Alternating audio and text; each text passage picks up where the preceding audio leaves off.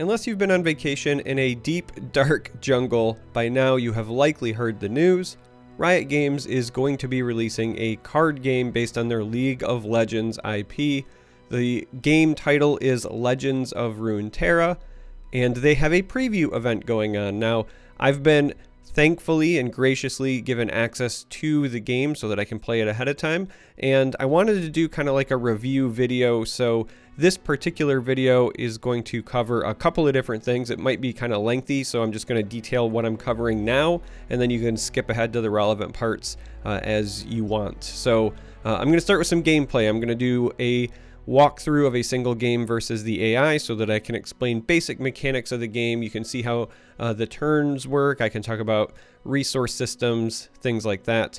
Then after that, I'm going to do a tour of the user interface, essentially. I'm going to show you the features that the game has. I'm going to talk about the progression model of how you earn cards and the monetization model, etc., etc. After that, I'm going to talk about a roadmap that they've kind of revealed for what to expect, at least in the near future. And then I'm going to end with my impressions of the game. I'm going to save that for the end so that you get the info about the game up front, and then I'll talk about the future. Like, do I plan on making content? Do I think it's good? Blah, blah, blah. So without any further ado, let's go ahead and jump into a game versus the AI so I can, as I said, walk you through how you play the game and talk about the basic mechanics of the game itself.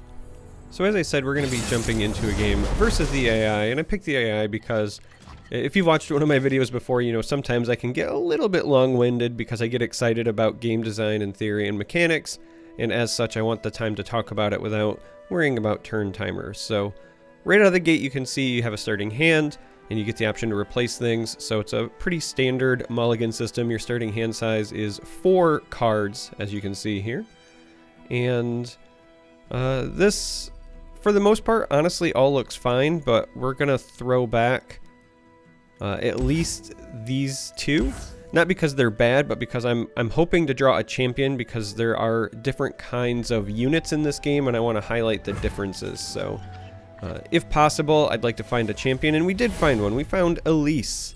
So if you're like me and you played an awful lot of League of Legends, some of the characters are going to be very familiar, like Elise, because she is a champion. Now, you will notice that as of right now, this isn't something that's like weird with my setup. Your hand is kind of hard to see. This is some of the things that people have said early in the feedback, is that until you mouse over something, it can be a little bit hard to see cards. Now, the minute you mouse down, you can see how everything pops up nicely. But to save on screen real estate, everything's down below.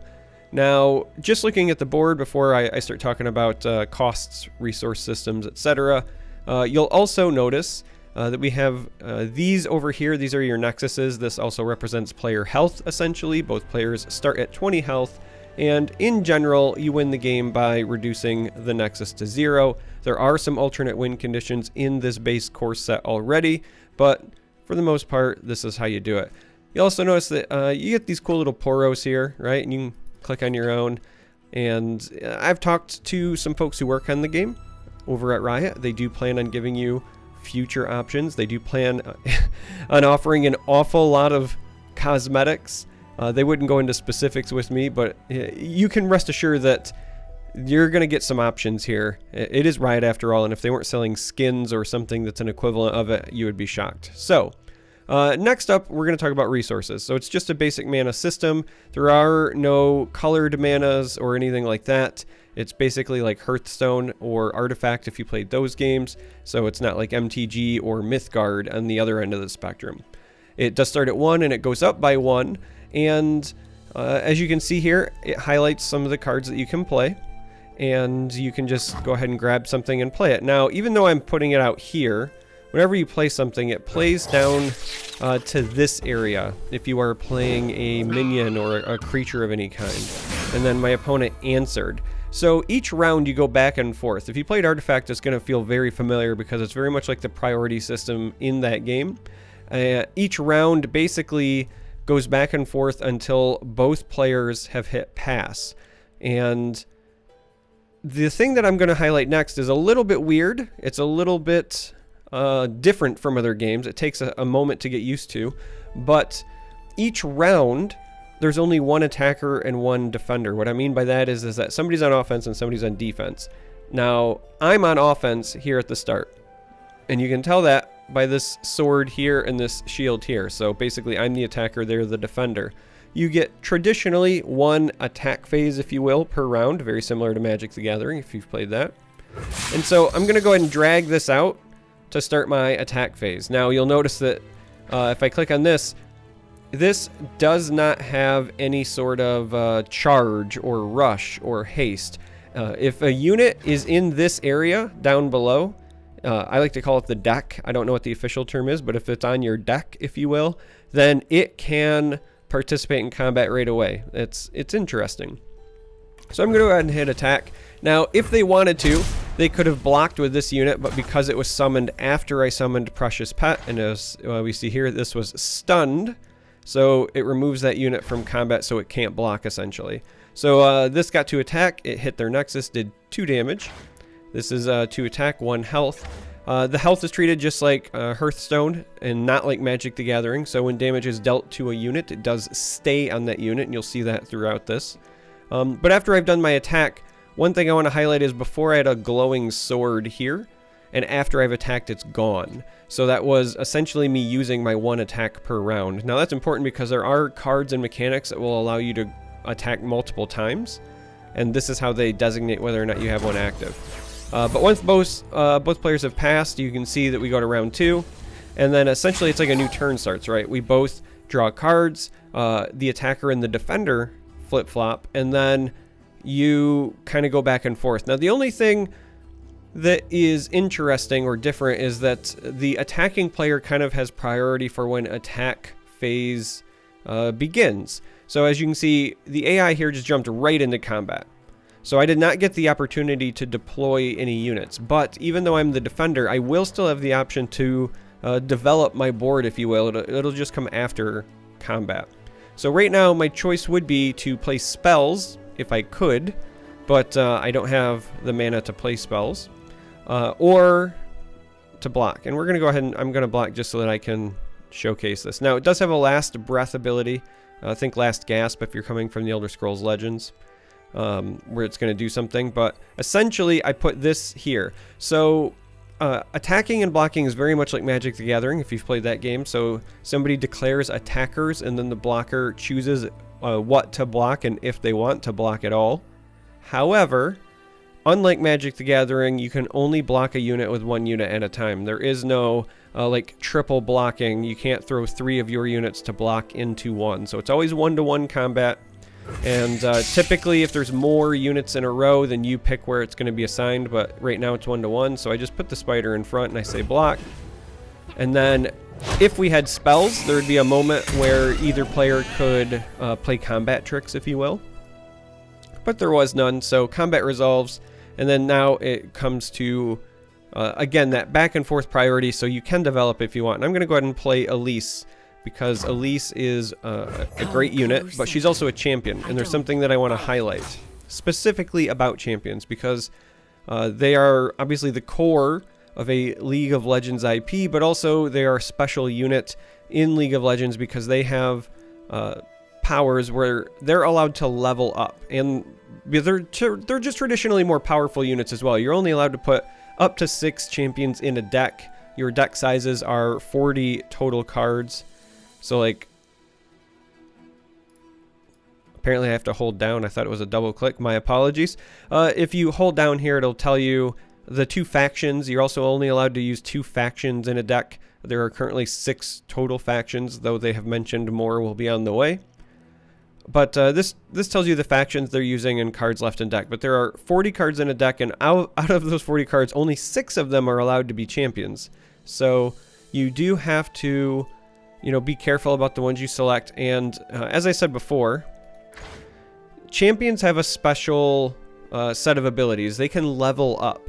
So up here tells me what Elise does. She's a 2-cost 2/3. On attack, meaning every time I assign her as an attacker, we summon a spiderling that is also attacking. And if I come over here, it tells me that this is just a 1/1 spiderling. But at the start of round, you level her up if you have 3+ spiders. And so this is the leveled up version of Elise. And pretty much every champion has at least one level up. So they start with something, and then you get like this kind of mini game. And if you fulfill it, you get a more powerful unit, or you get special abilities on the unit. And as I said, they're just generally more powerful units overall. And they're traditionally like what you build your deck around. Now, you will notice I drew another Elise, and then it kind of changed, right? So this is now Elise's Crawling Sensation. So that's another thing I want to highlight real quick by right-clicking. So this is Elise when you normally play her. This is the leveled up Elise. And whenever you're looking at champions, you're also going to see a third thing, right? And this is what we're seeing here. You can only have one copy of a champion on your board at any given time. So if you draw a second copy, instead it changes into a spell that's kind of assigned. And the spell that it becomes is a copy of other spells that just normally exist in the game. That's why this says Elise's Crawling Sensation, because you can just play a normal spell in the game called Crawling Sensation, for example. But Elise's Crawling Sensation does the exact same thing as a normal crawling, but it also shuffles an Elise into your deck. The idea being that, you know, if you have an Elise already on the board, they don't want to deny you the ability to draw more Elises later on if she does happen to perish. So you get a spell, and if you play that spell, it shuffles a copy back into your deck. If Elise dies while this is in my hand, this changes back to Elise. So again, right now it's Elise's Crawling Sensation. If this Elise were to perish, this would change back. So champions are a very like unique minion type. Pretty much all the other minions are as you would expect them to be, Hearthstone style minions. Now, one other thing that I'm going to highlight before we move on, yeah, I know I'm long-winded, I kind of warned you that was coming, is the mana has been going up 1 per turn, but you're going to see that there's this second mana bar, if you will, here and here, and my opponent has 2 mana in this. This is called spell mana, and whenever you end your turn, if you have unspent mana, that unspent mana goes up to 3 into your spell mana bar. Think of it as like overflow. So you can use this mana specifically to play spells on future turns, but it's only spells. So you can't, for example, if I wanted to, I could pass right now on 3, and on next turn I would have 4 mana here, and then I would have 3 unspent spell mana. But it has to be for spells. I couldn't play like a 7 cost unit, but I could, if I wanted to, play a 7 cost spell. So there's some really interesting strategies that you can take with spell mana and what you utilize it for. So I wanted to highlight that that's what this secondary bar is. But we're just gonna develop some units this way. Warm hearts and hot soup. And that like blue bar was targeting, blue mist, blue wispy thing. I don't know what you want to call it, but you saw that there was like an effect coming to the Nexus, and that's representative of this targeting. So when you play this, you heal anything for 3. They healed their Nexus back to 20. We're just going to go ahead and play another unit. That egg, did it move? Quite the dish, aren't you? And then we're going to go ahead and move on to attacks. So now I've got these 4 out, right? I'm going to hit attack, and my opponent will pick 1 to block. Now, when she attacks, because again, if I mouse over her, it says summon an attacking spiderling, so that's why we got this. And so this one's going to go here, and if I hit OK, then combat's going to resolve. Now, if I had spells and things like that I could play here, I could. My opponent could, if they have, for example, a 2-cost spell or less, still use the spell mana to play combat tricks as well. But they don't, so combat resolves by, you know, things crashing into each other. And as I said before, damage stays on the units. And I had a spiderling die, but the rest went to the Nexus. And now we trade spots. We go back up to 4. Have you met my pets? And they have played a champion on their side. That is Braum. So they played something, and now it's on to me. And I still don't have enough to play a spell quite yet. Did it move? Quite the So we'll dish, play a unit aren't you? to respond. And we're going to go ahead and block with this because we actually want this to die anyway. We want it to summon a spiderling. So that Elise, when it comes back to us, should hopefully level up. So they played a spell and it said Frostbite an enemy. Frostbite reduces the attack of a unit to 0 until end of turn. That's why it has that frozen effect. Worth it.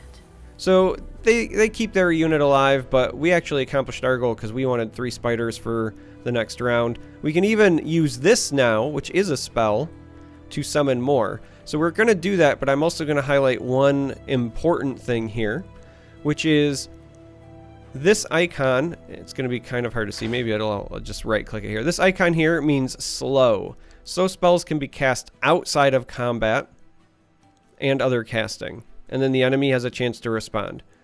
Think of this as like a sorcery spell from Magic. Now it's a little bit weird because technically we're like the defender in this round, but as long as it's outside of combat, you can still cast a slow spell. Now there are 3 different speeds in total. There are slow, there are fast, and then there are burst. Feed. So they chose not to respond, our spell goes off. And now we're on here. So I'm going to just highlight this real quick. This one is a fast spell, so this can be played essentially at any time, so even during combat, but the opponent has a chance to respond. So think of this as like an instant speed spell in Magic. You can play it at any time, but it goes on the stack, and your opponent can respond. Now, the third speed, I don't have one in my hand right now, is Burst. And if you've played Magic the Gathering, that's like having split second on a card. Means you play it and it immediately resolves. Your opponent does not get to respond. You don't pass priority back and forth in that instance. But we're going to pass, and then Elise here at the start of the round is going to level up. We've satisfied her condition. Awesome animation, by the way. I'm actually a really big fan of all of the level up animations in this game.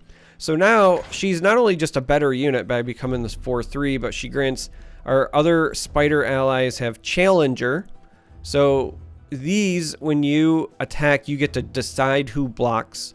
And then they also have Fearsome, where can only be blocked by enemies with 3 or more attacks. So we're going to go ahead and we're going to do this. Now, because again I have Challenger here, right?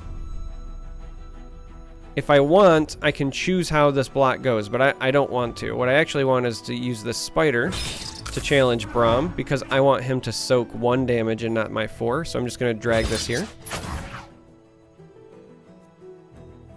And similarly, we're just going to have one of these spiders attack this, and then we're going to throw the rest onto the field. Now, you don't have to do them 1 by 1. I was doing it there because of the challenge.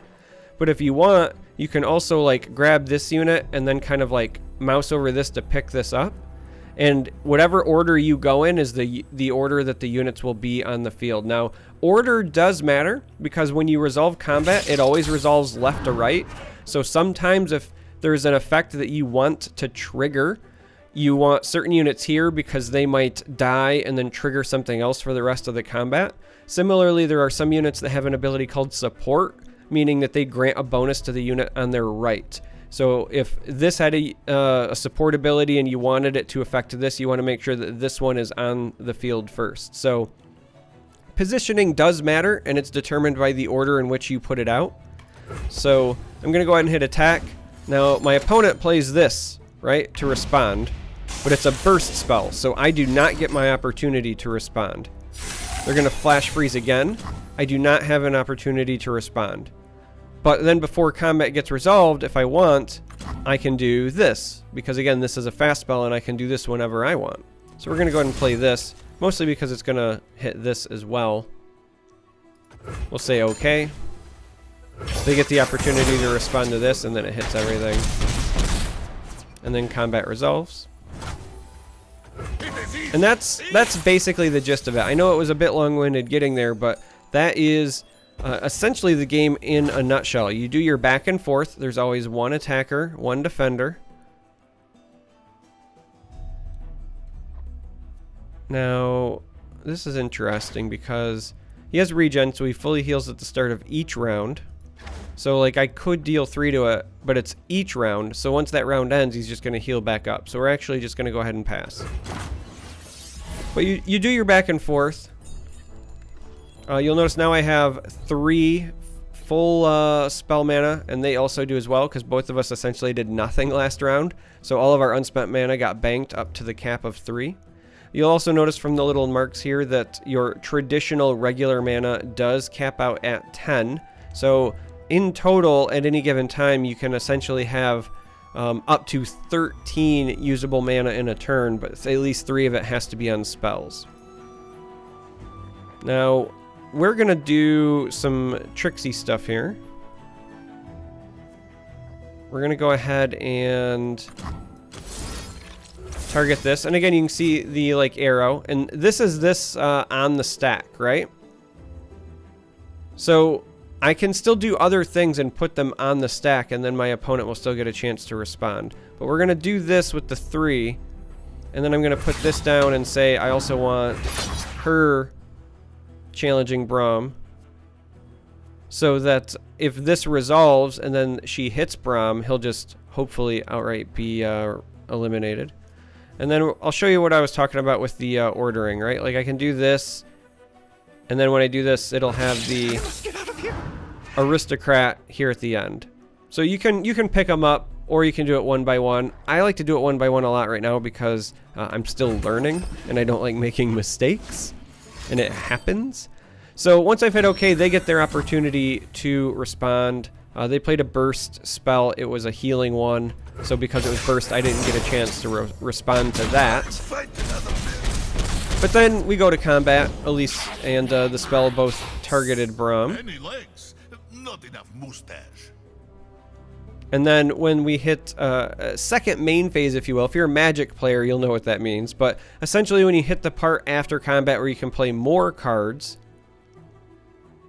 my opponent just played another Braum. Now, you can only have up to 6 units in your deck, if you will, or on the deck, or on this area, on the board, at any given time. So while I do have this awesome crowd favorite here, and I have this Legion Redguard, you'll notice they're not lit up blue, and they won't let me play them, and it's because you can only have 6 units. So that's effectively going to end our turn. And so they play a Yeti, and again, not a lot we can do. So we're just going to go ahead and pass.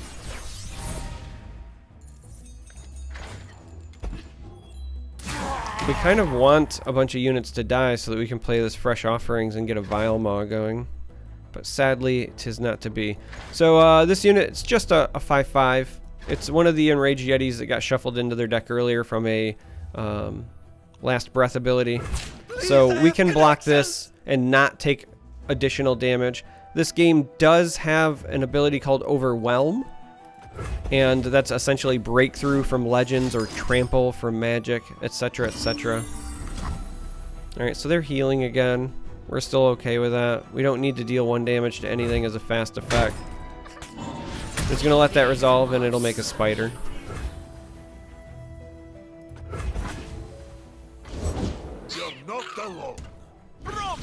And we're just gonna mosey through here.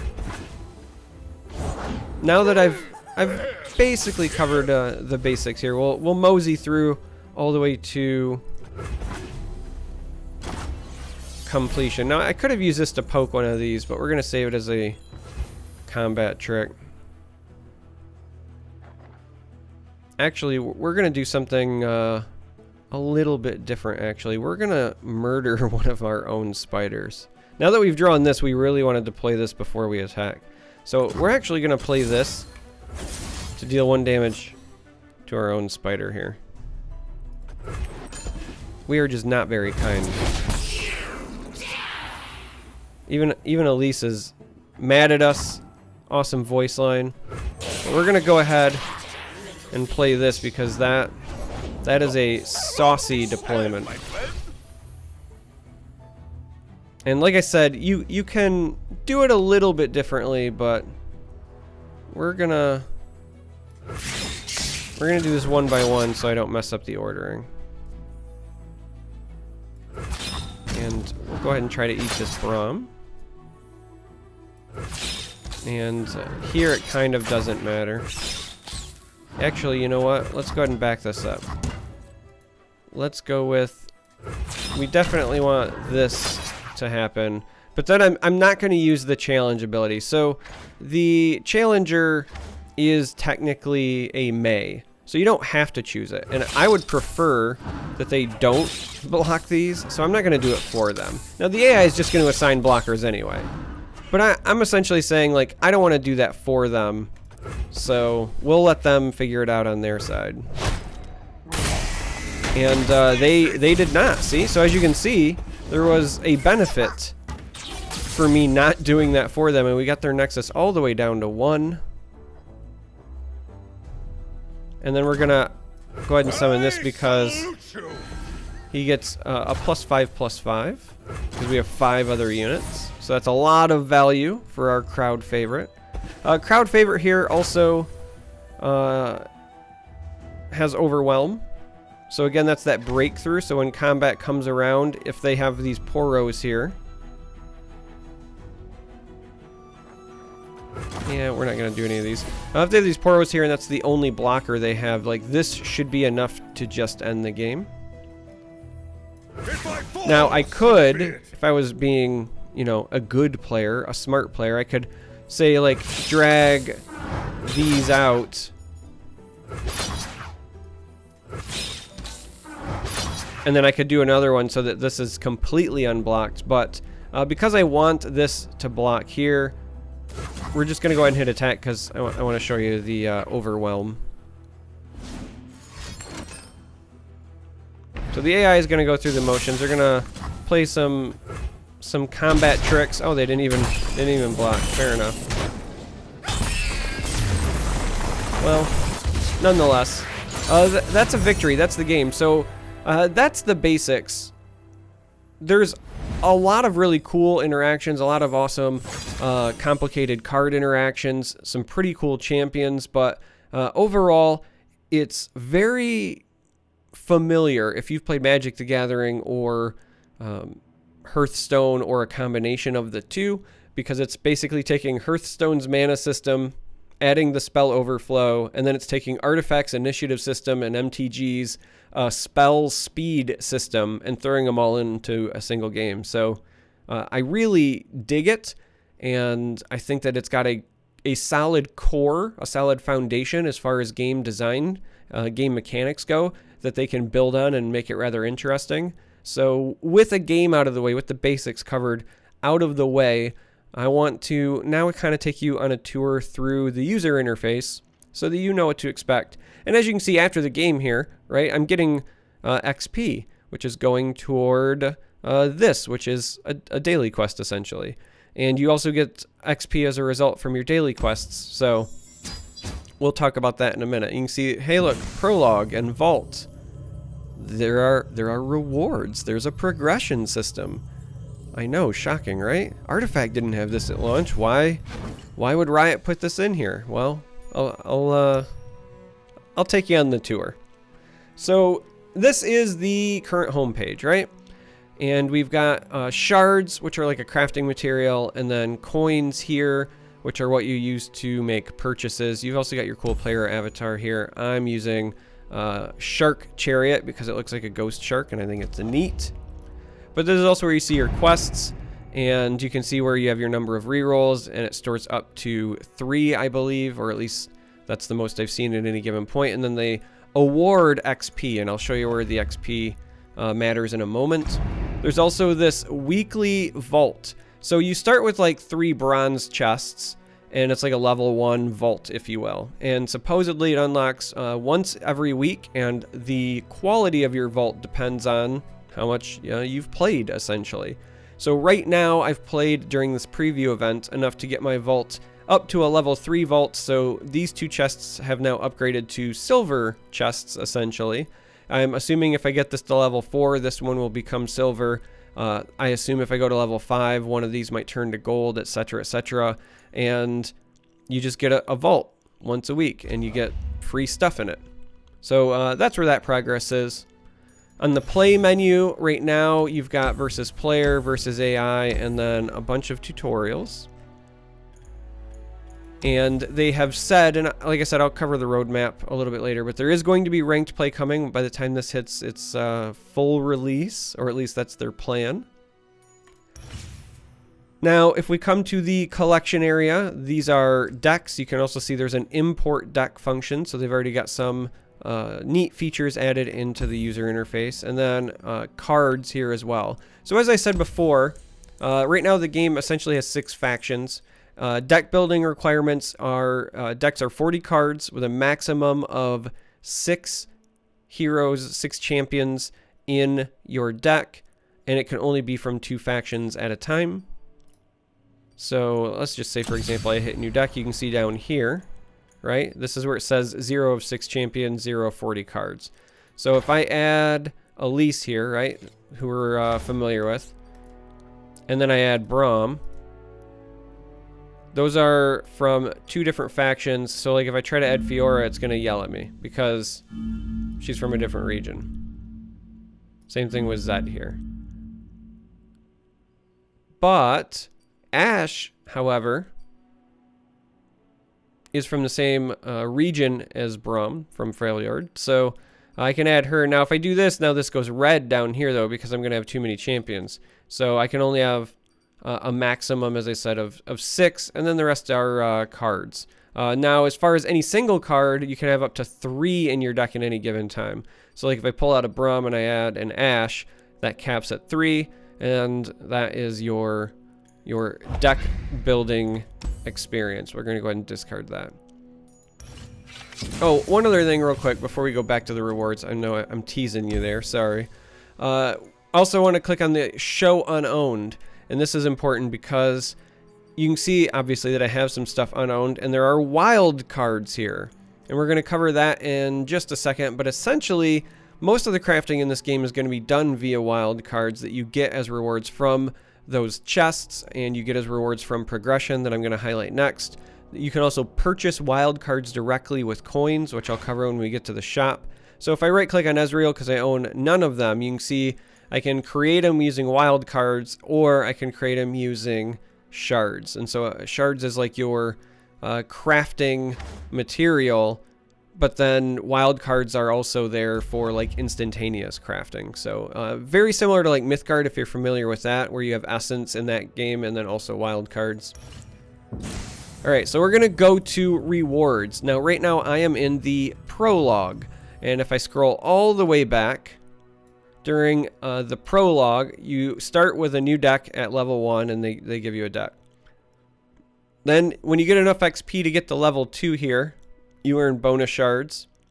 At level 3 here, you get bonus quest. At 4, this is an epic bundle. It had a bunch of epic cards in it. Bonus quest, bundle, champion bundle. This was a bunch of cards centered around a specific champion. Champion bundle, Poros bundle, and now I'm up to this silver chest. So that's what that XP was going toward earlier. So when you're doing your daily quest and it awards you experience points, those experience points are going toward this. So again, right now I'm in the prologue and I'm 90% complete. The further progression system, so after the prologue, you're going to be able to choose a region. So you might choose, the Shadow Isles, for example. And then you get to gain XP and earn rewards for Shadow Isles as a faction or as a region, if you will, and unlock cards for that. So you get kind of, some agency in the cards that you're going to be unlocking because you pick essentially what you want to work toward. So if there's a deck that you want to play and it is specifically, a Shadow Isles deck, then you pick that as your region that you're representing, and then your XP as you earn rewards, it'll unlock cards in that region, and you can set that at any time. So, if you get 5 levels in Shadow Isles and then you're like, oh, there's this different deck I want to try out, let's go earn rewards to unlock that, you can change your region and then earn XP essentially down a different path. So like this is what I unlocked, and so we got 4 green cards, 1 blue card. It's green, blue, purple, and then we also got some shards as well. So again, as far as like the rarity goes, if we come in here to the cards and I want to apply some filters, green are common, blue are rare, purple are epic, and then champions are, you know, they're champions. They're the highest rarity for a reason. As far as types of cards, there is just units and spells. There are no like artifacts, enchantments. There are no support cards if you're coming from the Elder Scrolls Legends, at least right now. Is there the possibility they could come in the future? Absolutely. I think there's a lot of space on the UI for them to add something like that in future expansions. But here for the core set, they are not quite there yet. So I'm close to completing the prologue here. And the last thing to show off. This is the store. And the way that they are going to be monetizing things is interesting. I don't think I've ever seen a card game do this. So we're going to start by showing you this. Purchases, which is going to also show you your crafting purchases. That's all this does. Now we're going to start by showing you cards. So this is where you can purchase cards directly from the shop. And the way that they do that is by you can use your coins, your gold, to just purchase a wild card. And then because it's a wild card, you can turn this into going to craft whatever you want. So in essence, they're giving you a way to just buy singles from Riot directly. But, and here's the but, you'll notice that there's an in stock here, right? 3 in stock, 3 in stock, 6 in stock, 6 in stock. They're going to put caps on how often you can do this. So you can see restock in 5 days, 6 hours, 24 minutes. I believe right now the timer's on a 1 week timer. I've been told that everything related to the shop in terms of values is potentially subject to change because they are going to listen to feedback on some things. But essentially, you cannot day one just drop, you know, $500 and own every card in the game, because there's going to be a cap on the number of wild cards that you can purchase. And it's interesting to me because I don't think I've ever seen a card game do that before, because normally most companies don't want to give you a reason to not give them money. Like if you want to throw a bunch of money at them, then they let you do that. But Riot has decided to not do that. They're going to go based on this kind of metered out, this timed release. Interesting. I kind of like it because it's going to make the free-to-play experience a little bit better, at least at the early stages of the game.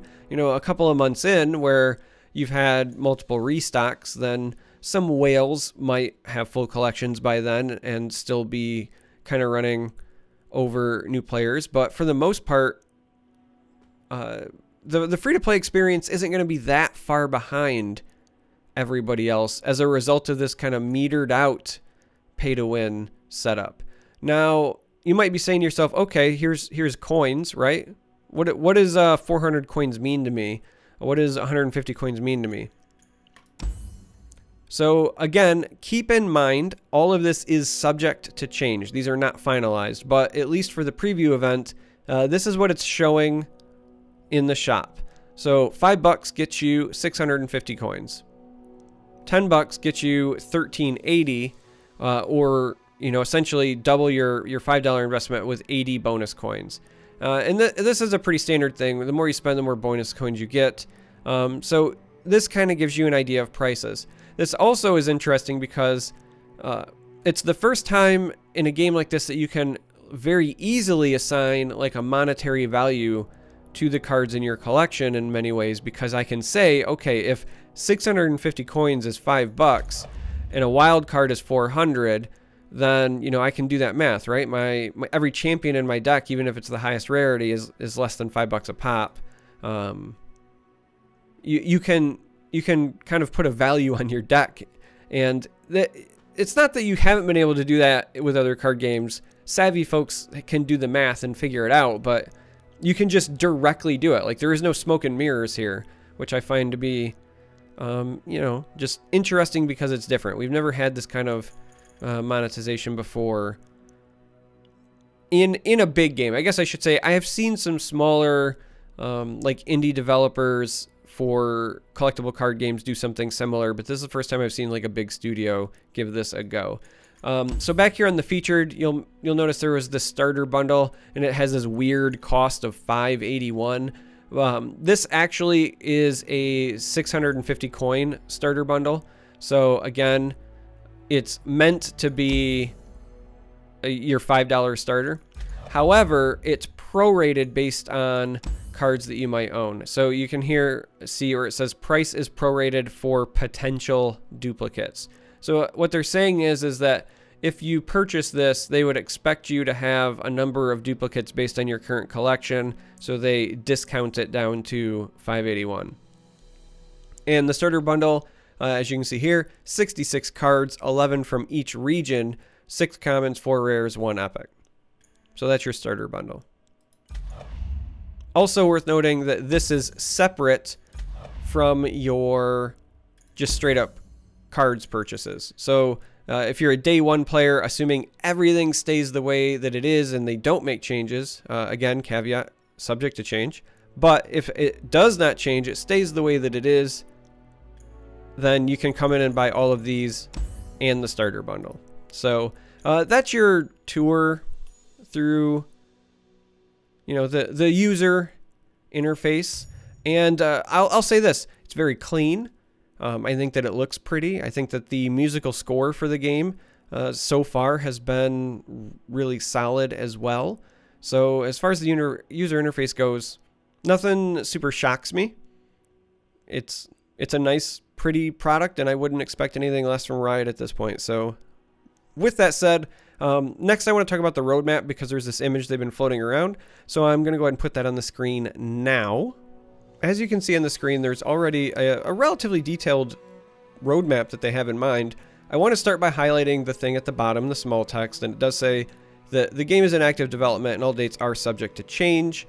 So do keep that in mind, but right now we're in phase 1, the announce preview patch. This is October 15th through the 20th, where they're showing off core gameplay, doing some stuff with matchmaking, showing the region rewards, vaults, quests, etc. After this, it's going to go down while they work on it, come back for what they're calling the Expeditions preview patch, and that's in November. And that's when we're going to get to see their draft-based game mode, and I'm excited to see that. And they're also going to invite some more folks to try the game out. Then it's going to go down again and come back early Q1, and at that point it will be in closed beta. They're going to introduce the ranked queue. They're going to introduce some new boards and guardians. Guardians are those poros that were on the game board during the game itself. So that'll be fun. As I said before, right? Cosmetics, it's Riot. You can expect that there will be some fun stuff, and that will be our first kind of exposure to that. That's also when they're going to introduce Friends List and Friend Challenge and let some more folks into the game. And then finally, just later 2020, and I'm sure that's going to depend a bit on development and infrastructure and etc., they're going to open up access to everybody, and that's also going to be the launch, and it will be available to play on mobile. So I think that this is a decent roadmap. It's more info than I would have expected to get this early on. It's certainly a lot more info than, say, like Artifact gave us at their launch, which was basically nothing, and certainly more info than some other card games I've played have provided so early into their development. So I think that this is a good step by Riot. I will also say that I've spoken to some folks who work at Riot, and just because you don't see something on this roadmap, it doesn't mean that it's not on their radar or that they're not working on it or it's something that they are avoiding. I talked to one person who said that there's a number of things that they want to do. I peppered them with questions, and I'm not going to go into too many details because I don't want to hold them to it, because they were very candid with me, and I respect that. But I will just say that if it's not on this roadmap, don't fret, because they also are card game players and they know what card game players want. And right now they're just trying to get the nice core gameplay experience into the game, right? They want to get this up and running and working, but they definitely have some features on their mind that they would love to see make it into the game. So this is the roadmap.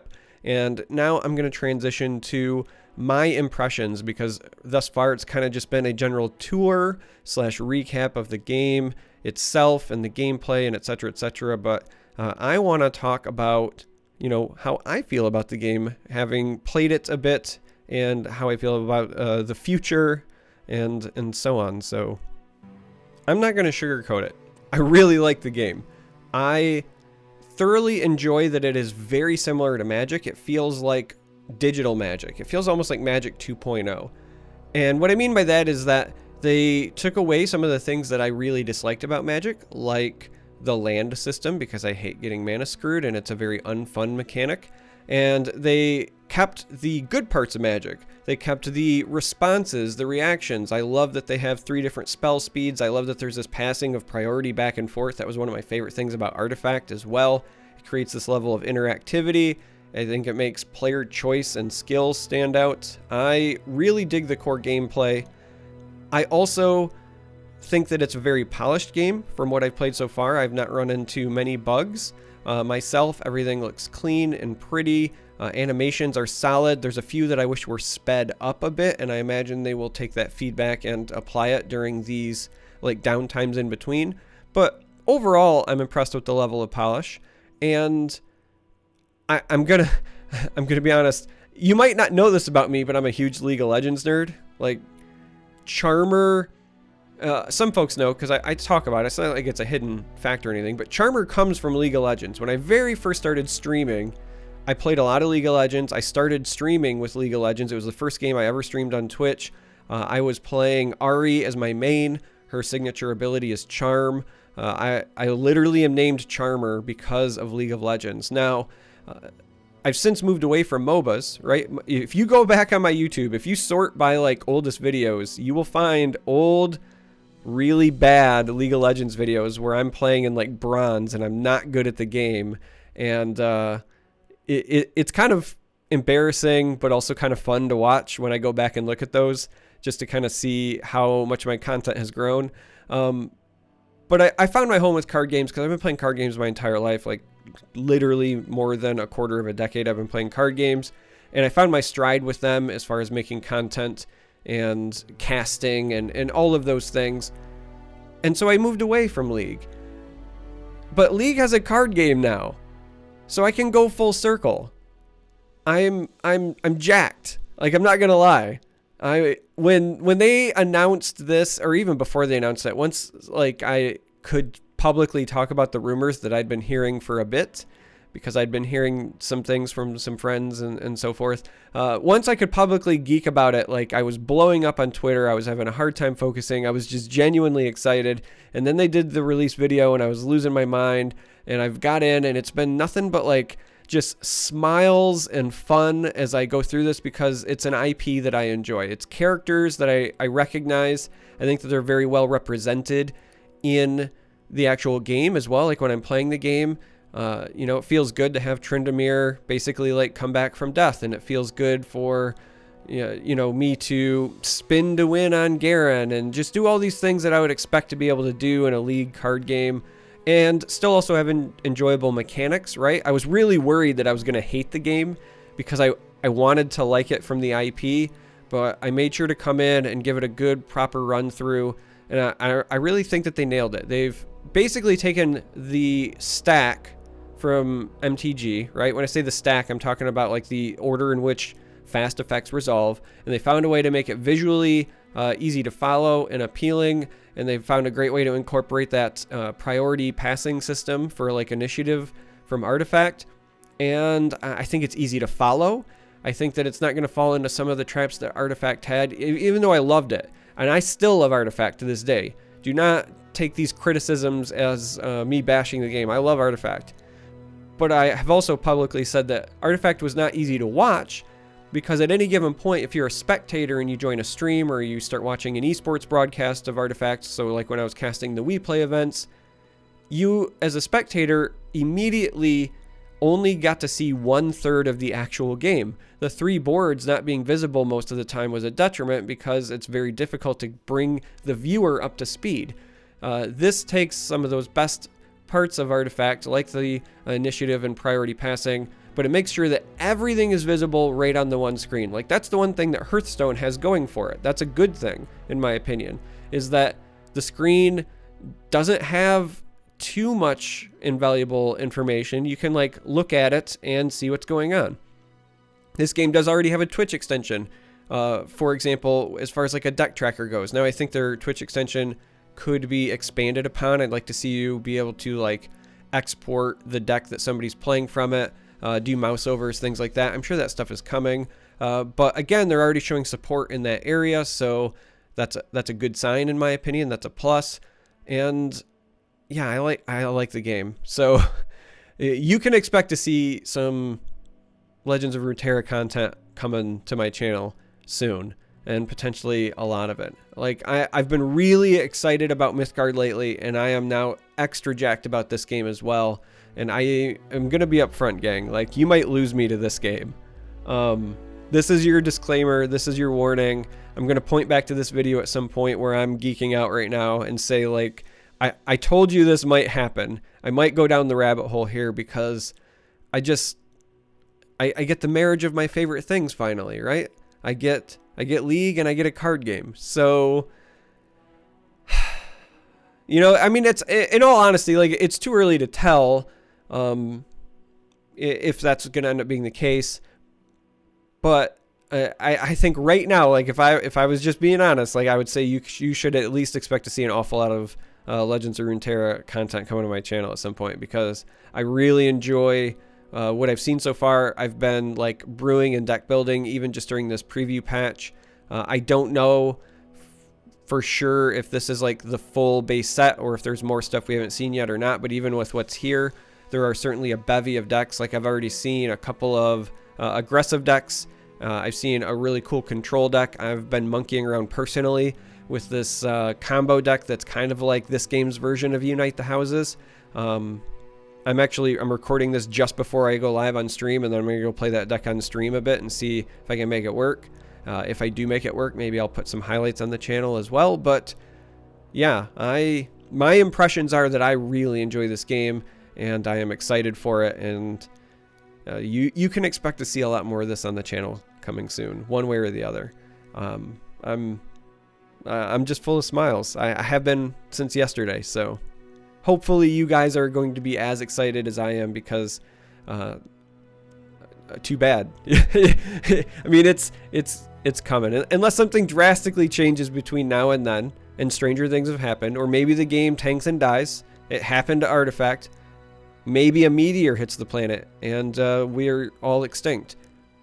But if those things don't happen, you can expect to see some Legends of Runeterra on the channel. And if you made it this far through all of my rantings and ravings, and you made it through everything else, just know that I still appreciate you. I love you all. If you just watch me for Legends content, and by that I mean Elder Scrolls Legends, I still love you. If you watch my Mythgard stuff, awesome. Thank you. I love you for that too. And hopefully you'll watch this too. I understand the people who only want to watch the one game or whatever.